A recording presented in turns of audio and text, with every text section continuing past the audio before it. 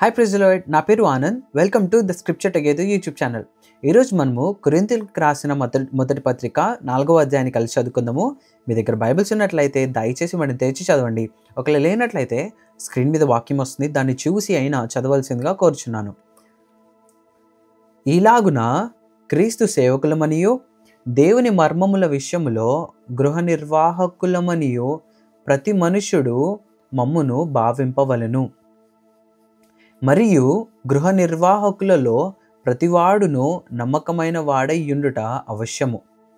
మీ చేతనైనను ఏ మనుష్యుని చేతనైనను నేను విమర్శింపబడుట నాకు మిక్కిలి అల్పమైన సంగతి. నన్ను నేనే విమర్శించుకొనను. నాయందు నాకు ఏ దోషమును కానరాదు. అయినను ఇందువలన నీతిమంతుడనుగా ఎంచబడను. నన్ను విమర్శించువాడు ప్రభువే. కాబట్టి సమయము రాకమునుపు అనగా ప్రభువు వచ్చు వరకు దేనిని గూర్చియు తీర్పు తీర్చకుడి.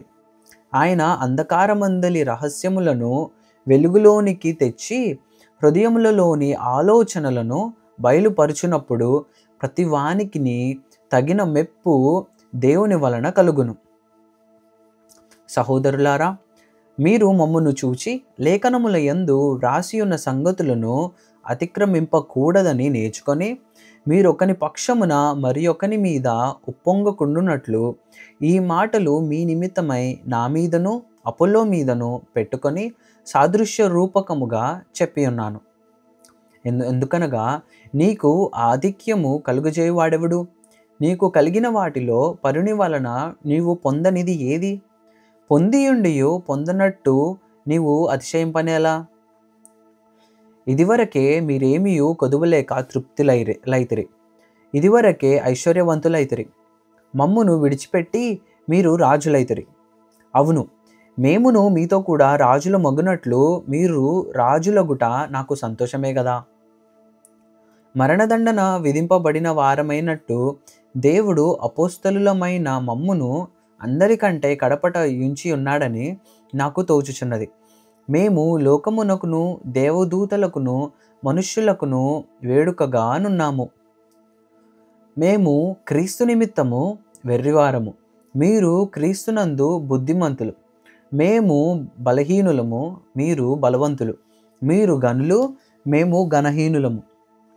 ఈ గడియ వరకు ఆకలి దప్పులు గలవారము, దిగంబరులము, పిడిగుద్దులు తినుచున్నాము, నిలువరమైన నివాసము లేక ఉన్నాము. స్వహస్తములతో పనిచేసి కష్టపడుచున్నాము.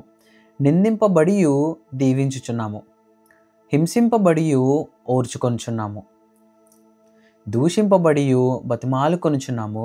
లోకమునకు మురికిగాను అందరికీ పెంటగాను ఇప్పటి వరకు ఎంచబడి ఉన్నాము.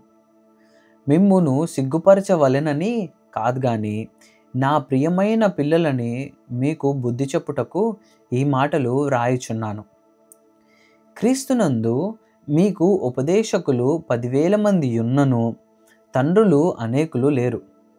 క్రీస్తు యేసునందు సువార్త ద్వారా నేను మిమ్మును కంటిని గనుక మీరు నన్ను పోలి నడుచుకొను వారై ఉండవలెనని మిమ్మును బతిమాలుకొనుచున్నాను.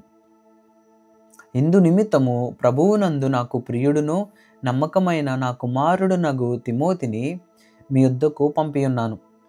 అతడు క్రీస్తునందు నేను నడుచుకొను విధమును అనగా ప్రతి స్థలములోను ప్రతి సంఘములోను నేను బోధించు విధమును మీకు జ్ఞాపకము చేయును. నేను మీ యొద్దకు రానని అనుకొని కొందరు పొంగుచున్నారు. ప్రభు చిత్తమైతే త్వరలోనే మీ యొద్దకు వచ్చి ఉప్పొంగుచున్న వారి మాటలను కాదు, వారి శక్తినే తెలుసుకొందును. దేవుని రాజ్యము మాటలతో కాదు, శక్తితోనే ఉన్నది. మీరేది కోరుచున్నారు? బెతముతో నేను మీ యొద్దకు రావలెనా? ప్రేమతోనూ సాత్వికమైన మనసుతోనూ రావలెనా? దేవుడిచ్చిన వాక్యము దీవించును గాక. ఆమేన్.